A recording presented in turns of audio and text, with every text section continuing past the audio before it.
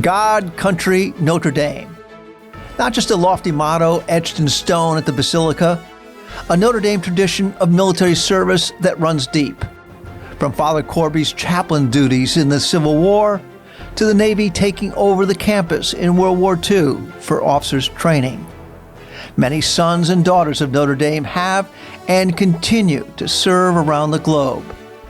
A memorial tribute to four of them who made the ultimate sacrifice. Air Force Colonel Kelly Cook, class of 44.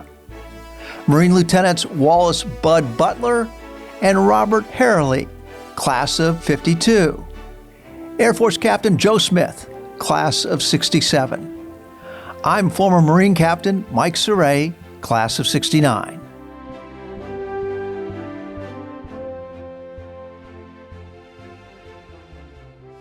Maureen Cook Kozak in Colorado Springs, thank you for joining us to talk about your father, Colonel Cook, who was Notre Dame class of 44. Thank you very much. I appreciate you letting our family talk about our father. What's really almost incredible about your father is he's a combat veteran of 3 wars, World War II, Korea, and Vietnam.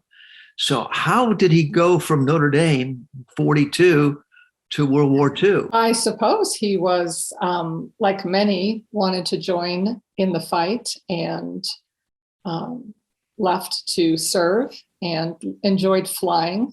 I think he had done a little bit of crop dusting by that point. So like many young men of his age, it was probably a very exciting thing to be involved at that level and help serve his country. My understanding is he left Notre Dame early. The war was on in 1942, and he was very close to graduating, but left before he graduated. He did. He left in February of 1942, I believe. Okay. So during a school semester. All right. Next stop was being a young co-pilot on a B-25 flying over Europe. It was the B-24 Liberator, I believe it was called. Yes. You were 7 years old when your family was notified about the death of your father. Yes. Do you remember that day? I remember it very clearly. The military men, a chaplain and his aide, came to our home in Novato, California, and I was not, my mother was not at home. She was out grocery shopping. So the men waited in front of our house for several hours in their staff car. And then my mother got home and she took them into our family room and sat down, and they didn't know it, but I was hiding behind a chair in a corner of the room. And I did see them tell my mother the news and her reaction. So I do remember that day very clearly. What did happen to your father in Vietnam? Well, we don't always have all the details. For a long time, we knew he was missing. And in the early 90s, we found out that his plane exploded. He and his co-pilot were able to eject, and they landed on enemy soil. They were taken captive, and he died of his injuries, it appears about a day later, and then was buried on a farm near where he was captured. And his remains have yet to be found or repatriated? Correct. And they do still search to this day. There is an organization within our government that works with all the families and has missions throughout the year. They choose different sites to focus on, and they have in the past spent a lot of time looking for his remains. You said, though, you still had hope when you saw there was the prisoners' release in, 75, that as the POWs got off the plane, you were still looking for slight possibility your father would be amongst them. I thought as a young girl that he was going to come off that plane. And I sat in a bedroom of our home watching TV and watching other reunions. And I didn't understand or hadn't been told that he was not going to be on the plane that day. But at age 12 or 13 years old, I didn't really understand that. So at that time of my life, I did think he might come home. In 1976, I understand the government finally declared him killed in action, changing his MIA status to killed in action. That's correct. And we had a memorial service for him at the United States Air Force Academy that same summer. We didn't have his remains, obviously, but they did a very nice service, complete with the 21-gun salute, taps, all of the ceremony traditions that you have at a military funeral. I understand he was a professor at the Air Force Academy, and actually you have moved back close to that area now. We did. After my father was reported missing, he had only been gone from the Air Force Academy for just under 3 years. And so many of his colleagues at the Air Force Academy asked my mother, would she be interested in coming back to the Colorado Springs so they could support our family? And so she did. She moved our family back to Colorado Springs, and she built a home on a bluff overlooking the city, thinking that if he was found, that this was a home that he could come back to. And so we did live in that home for many years, even though he wasn't able to join us. But his colleagues at the Air Force Academy and an organization called Cadets Air Force POW MIA, they took care of my brothers and I. They took us on outings and football games and sort of like big brothers, big sisters, but for families like ours. And that was very nice at the time. Families like yours are very, very special. In fact, you're still very much connected to your family, still very much connected to the Air Force. Mm-hmm. Oh, well, very much, yes. My husband actually just retired from the Air Force, and our son is in the Air Force. And our family has many military friends, both my parents' friends that have their next generation that live in the area, and then my association in the Air Force. I can't imagine any other life. So it's been a very good life for us. Given your experiences with your father and your husband in the military, now your son in the military, do you think Americans really appreciate the significance of Memorial Day as much as they should? I believe they do, especially now that we're able to see different ceremonies through social media, and people are able to broadcast things that they do in honor of loved ones like our father. I think people become more aware of it through that kind of media. The younger generation in our family takes it upon themselves to post things about their grandfather. They'll post a favorite picture or a memory, or they'll talk about my mother too on Memorial Day and how she held our family together. So the different generations do it in their own way, but it is nice. And I think that a lot of military bases, which are spread out all over the United States, do a very good job of helping Americans, keep all of those lost service members, their memory alive. How difficult was it for you and your family to handle the grief and still memorialize your father during the late 70s and the early 80s when the Vietnam War was not that popular? Well, I was too young to remember any of that.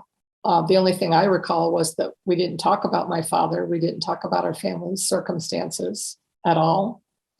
And so my two younger brothers and I didn't really learn about our father or stories about him or really understand our situation, except that we were from a family that had a mother as a widow. And then my three older sisters, they certainly understood it better because they were 16, 19, and 22 years old, or something about around that range. And but they too kept it very private because so many of their friends were protesting. And so they didn't talk about it either. We really didn't talk about my father until maybe the last 10 years as a family. Do you think that time has passed now, that people are more generally recognizing the sacrifices that your family has made? Well, in my situation, of course, all of our military friends are very understanding and always will talk about my father when the occasion is right. But overall, I think that people, they understand the different wars that we've had since then. They have seen, people lose their lives, certainly not in the numbers of Vietnam, but they recognize how difficult that is on families today and what it must have been like back then when there wasn't the kind of support that we have today.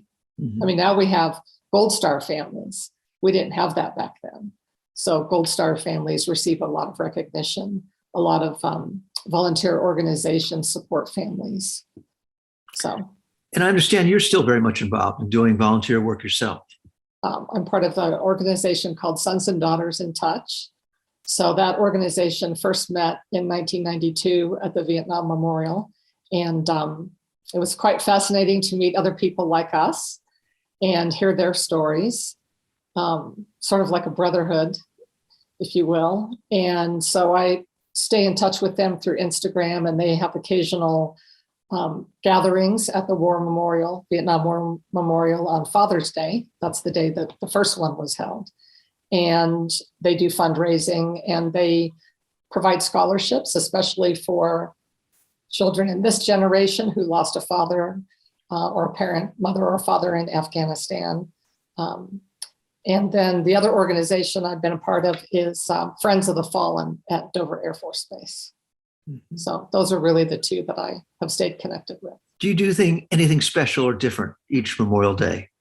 Now that I'm living in Colorado Springs, I go to the cemetery where my father's marker is, and the Air Force puts flags out at each of the markers.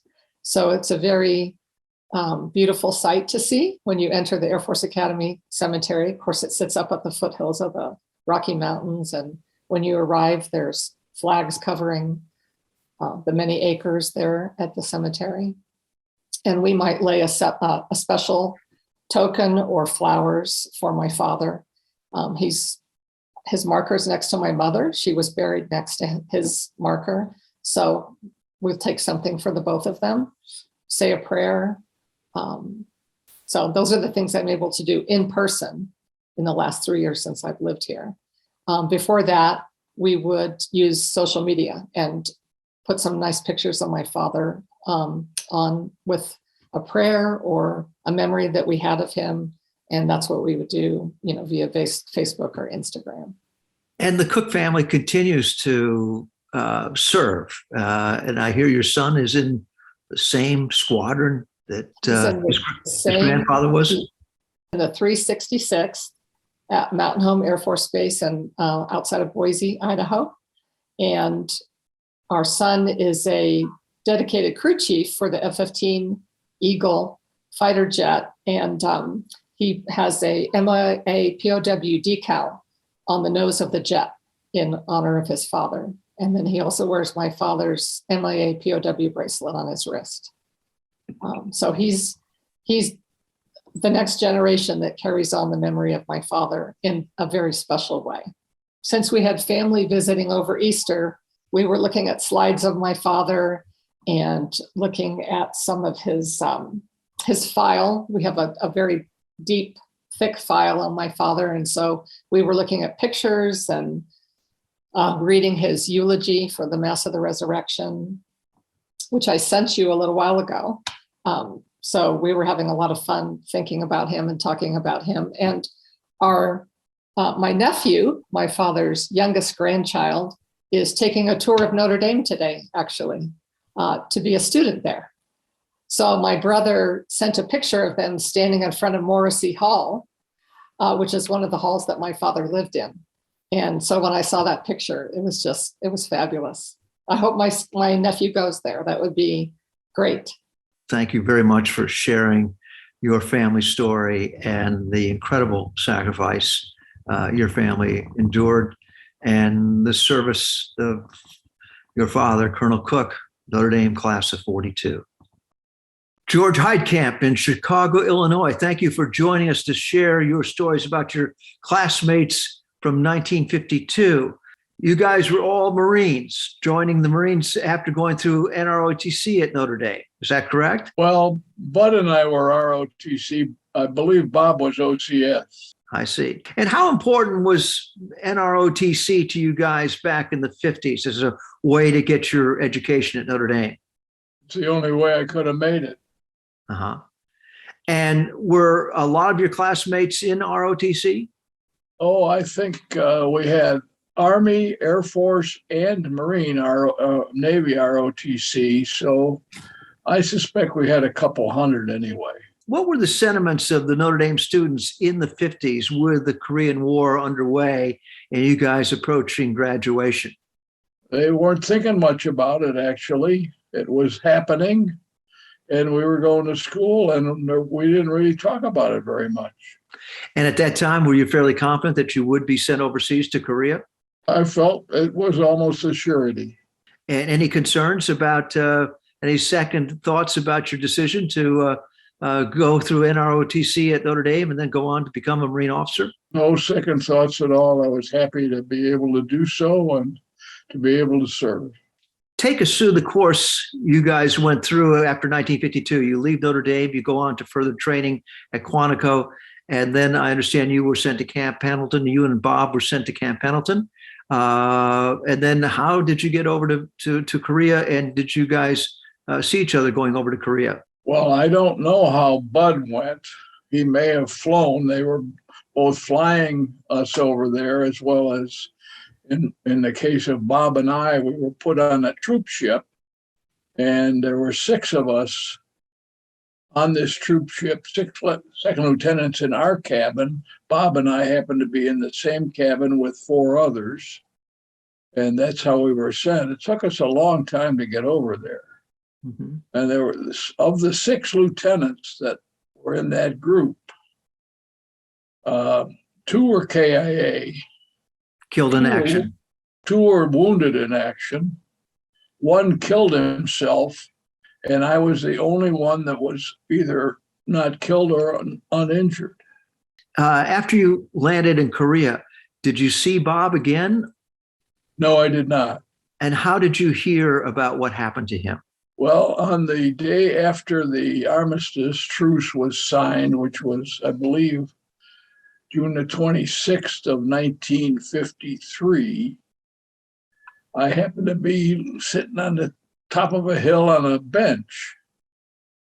And some lieutenant that I didn't know found me and told me that he knew I was a friend of Bob's and that Bob had been killed the night before. So Bob was killed within hours of the signing of the armistice in Panmunjom, when the war would have been over and he could have come home. Correct. Tell me about Captain Bud Butler, also one of your classmates, who was killed in action in Korea and earned the Navy Cross and the Silver Star, the second highest combat award a Marine officer can receive.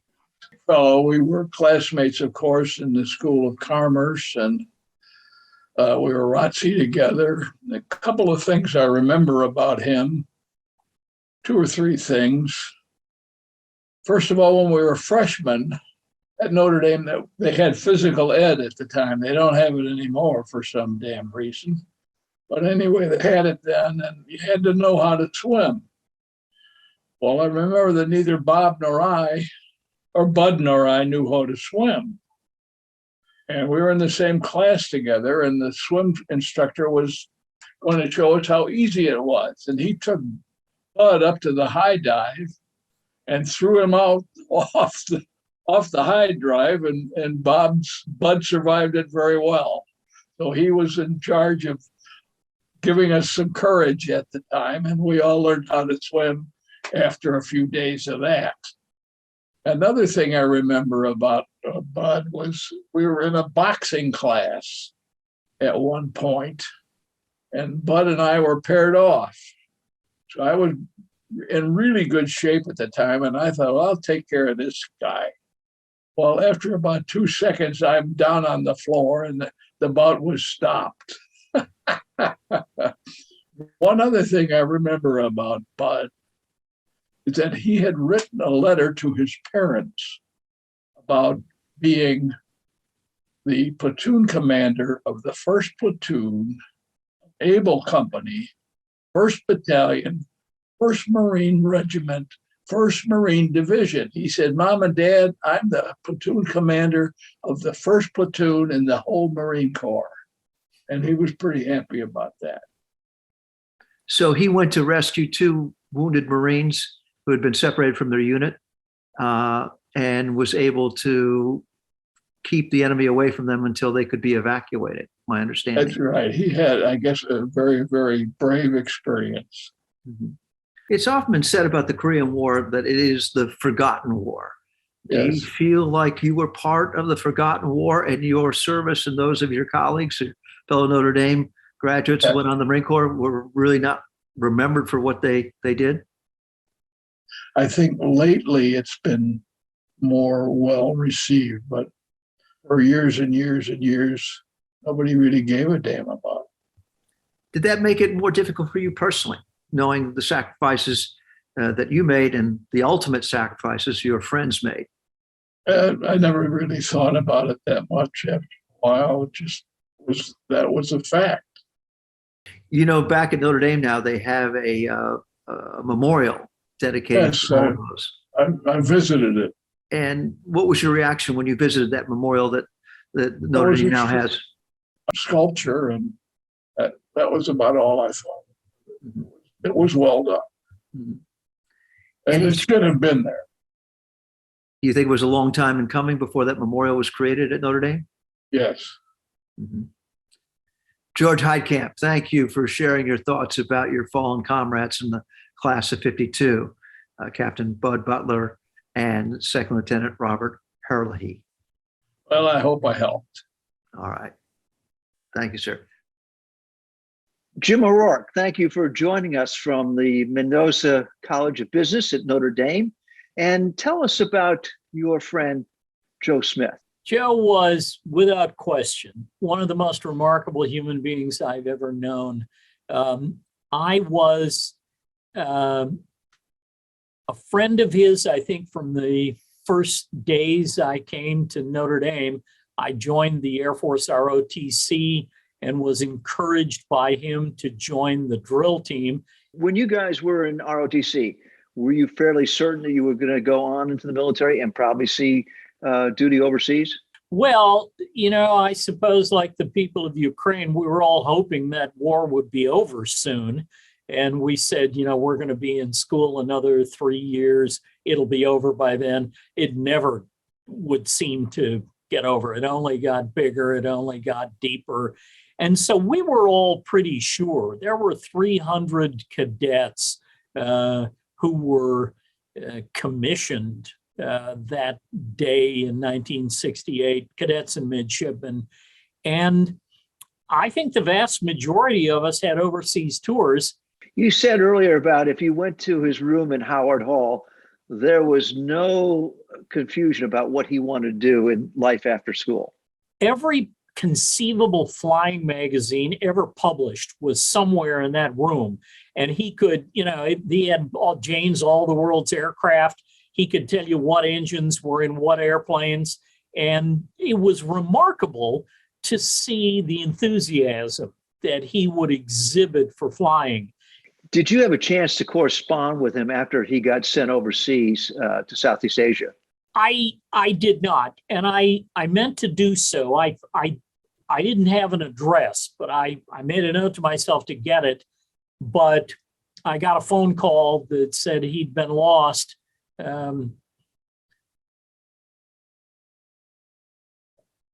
Before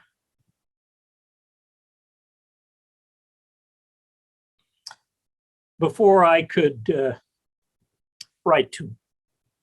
So he was lost April 4th, 1971, shot down in an F-100. Yep. Shot down in an F-100. Over in the Parrot's Peak. Over the Parrot's Peak in Cambodia. Yeah. But his body was not recovered until 2017. Yeah, that was an area of some dispute. You know, the scuttlebutt on the ground is that we weren't supposed to be in there, but we were in there providing air support for others who were on undisclosed missions. And so I don't know what the issue was, why they couldn't have sent a recovery team in earlier, but I know they finally located, with the assistance of the Cambodian government, they located the crash site and recovered fragments of the airplane and recovered fragments of the body and flying suit. Nomex flying suits survived quite a long time, I'm told. And then, of course, his remains were repatriated in 2017 and he's buried in his hometown in Assumption, Illinois. What did you learn about Joe's background in Assumption, Illinois? It's a tiny little town with its own high school, and he was the star athlete in the high school, but he was the star kid in that town. People who were there when he was a young man said he would volunteer to mow your lawn or shovel your driveway. He would never take a dime in exchange. He would help anyone who needed it. That community really loved him. Jim, because of your involvement with Joe Smith and other people in the Air Force, because you were an ROTC and knew people in the military, how do you view Memorial Days, past, present, and future? I have spoken on Memorial Days and on Veterans Days. Veterans Days are sort of for the guys who came back and still mostly fit into their uniforms. They reminisce and talk about those things. Memorial Day is really for those who didn't come home. I think it's a moral obligation for those of us who spent 20 years in the service or who spent, 20 months in the service to honor those who, made that sacrifice, who didn't come home, who didn't have families and children and didn't experience all that we have. We have an obligation to share those stories. And I think stories are far more impressive, far more important when you can put a face on them, when you can attach a name to them, when you can explain what they did and who they were. Those aren't just abstract numbers. Those are real people. They were sons and daughters. They were brothers and sisters. They belonged to somebody. I would say, they still belong to us. Joseph Stanley Smith was a genuine American hero and a really good pilot. And I miss him to this day. Jim O'Rourke, thank you for sharing your thoughts on your colleague, Captain Joseph Smith. Thank you for the invitation. I appreciate it.